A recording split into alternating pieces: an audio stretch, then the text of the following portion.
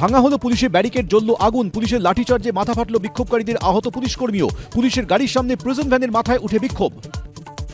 মমতা বন্দ্যোপাধ্যায় আর মানুষের মধ্যে কোনো পার্থক্য নেই। হিন্দুরা বাংলাদেশ পশ্চিমবঙ্গ বর্ডারের অবরোধ করবে। কেন্দ্রীয় সরকার কি করছে? 50 লাখ রোহিঙ্গা মুসলমান বাদ যায়, 1 লাখ আমাদের লোক যদি বাদ যায়, একটু সহ্য করে নেওয়া উচিত।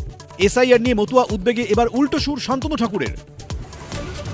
মতুয়া সম্প্রদায়ের নাগরিকত্ব ও সাংবিধানিক অধিকার নিয়ে 180 ডিগ্রি ঘুরে গেছে বিজেপি। পিছন থেকে ছুরি মারার মতো বিশ্বাসঘাতকতা, কটাক্ষ তৃণমূলের। সোমে ঘোষণা মঙ্গলে বাতিল, ভাইরাল ছবি ভিডিও দেখে বালিগঞ্জে প্রার্থী হিসেবে ঘোষণা করেও নাম বাতিল হুমায়ুন কবিরের। মানহানির মামলার হুঁশিয়ারি নিশা চট্টোপাধ্যায়ের।